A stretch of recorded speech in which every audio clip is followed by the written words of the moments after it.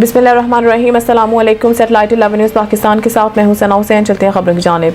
11 news deputy bureau chief Dilbir Hussain खबर शामिल करते हैं फैसलाबाद से। फैसलाबाद पुलिस का जिला भर में मंशियात फरोशों नाजायज़ असलाह के क्रैकडाउन। CPO फैसलाबाद कामरान नादर के हदायत पर SSP इन्वेस्टिगेशन की सरबराही में फैसलाबाद पुलिस ने मंशियात फरोशों के खिलाफ क्रैकडाउन करते हुए गुज़िश्ता 24 घंटों के दौरान मुख्तलिफ थाना जात में कार्रवाई की गई। मंशियात फरोशों के खिलाफ कार्रवाई अमल में लाते हुए 8 मुकदमात का इंदराज करके 8 मुलजमान को गिरफ्तार कर लिया।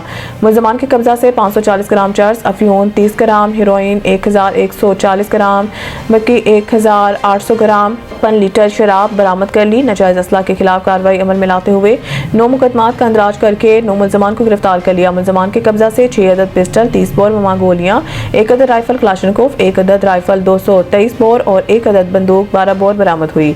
कमारबाजी के खिलाफ कार्रवाई करते हुए 2 मुकदमात का इंदराज करके 4 मुलजमान को गिरफ्तार कर लिया। मुलजमान के कब्जा से 5380 रुपए रकम बकरी बरामद हुई।